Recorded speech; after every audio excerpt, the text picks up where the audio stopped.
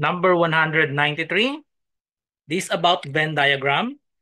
In a class of 78 students, 41 are taking French, 22 are taking German, and 9 students are taking both French and German. How many students are not enrolled in either course? So here are the choices: 6, 15, 24, 33, and 54. Okay, so to answer this, we will draw Venn diagram with two circles because we have two subjects here, French and German. Okay, so draw the Venn diagram. And then we label this first circle as French. So we just write F and then G for this part. The other circle, G for German. Okay, French for the first circle. So in solving a Venn diagram problem, we always start with their intersection. So this is the intersection. Okay, so I start with this. So it says that for 78 students, 41 are taking French, 22 are taking German, and nine students are taking both. So we will put the 9 in the intersection of F and G. So we put 9 here. And then we have 41 are taking French. So 41, this is the figure for the taking French. But we have 9 students are taking both French and German. So for this part, I will shade this part is the students who are taking French only. So this is the French only. And then the other part here is German only. So to get the French only and German only, we will subtract the 9. Okay? So subtract the 9 to get the French only. So therefore, this part is 41 minus 9. So the students who are taking French only is 41 minus 9. That is equal to 32.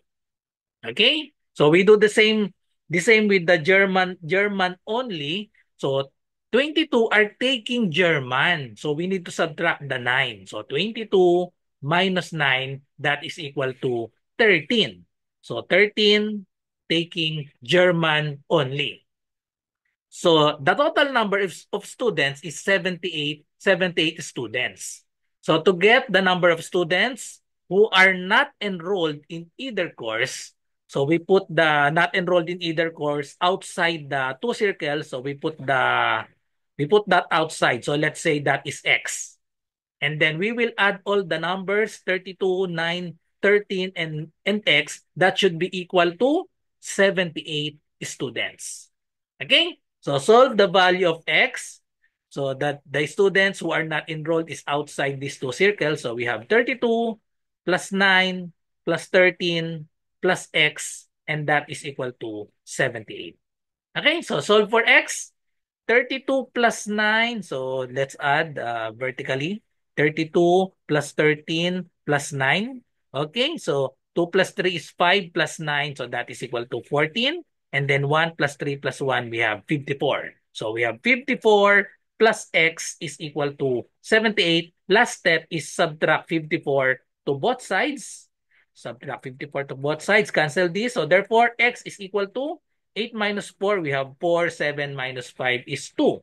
So 24 is the number of students who are not enrolled in either course. So the answer is letter C, 24. Follow for more. Sa mga nagre-review para sa civil service exam, pwede po kayong mag-join sa aking review. Meron po tayong review para sa Math and Logic via Zoom for only 50 pesos. So ano yung mga kasama dyan sa 50 pesos? Meron tayong 10 sessions, February 10 to 19, 2025, 7 p.m. onwards. So more or less mga 2 hours po yung bawat session natin. 10 sessions po yan, 10 to 19, 7 p.m. Okay, so meron tayong GC at exclusive FB group. Meron tayong Google Forms practice test. Sessions are recorded para kapag hindi kayo naka-attend, mapapanood nyo pa. I-upload ko po yan sa exclusive FB group natin. Okay, so ang session natin, Math and Logic lang, but we'll share a reviewer on other subjects. So yung mga reviewer natin sa ibang subjects, i-upload ko po yan sa ating FB group. Yan po yung mga nasa Google Forms na practice test. So ito po yung mga example. Ito po yung mga example na Google Forms natin sa ibang subject. So verbal ability, medyo marami na. May 13 na ako dyan. Numerical reasoning, Gen Info, Filipino, and then madadagdagan pa po yan. Okay, so bago mag-February 10 ay marami pa pong madadagdag dito ng mga Google Forms. At meron din akong mga reviewer yung kumpleto. So meron akong at least 2 sets mag-a-upload ako dito ng Google Form na kumpleto, 100 plus items 'yon, yung kumpleto. Okay, so ano pang inaantay nyo? I-DM nyo na po ako sa aking Messenger RJ Enseñado. Okay, so para malinaw po ha, ang 50 pesos po ay para sa 10 sessions na. So i-divide nyo sa 10, lumalabas 5 pesos lang per session. Okay, so PM nyo lang po ako para maka-join kayo.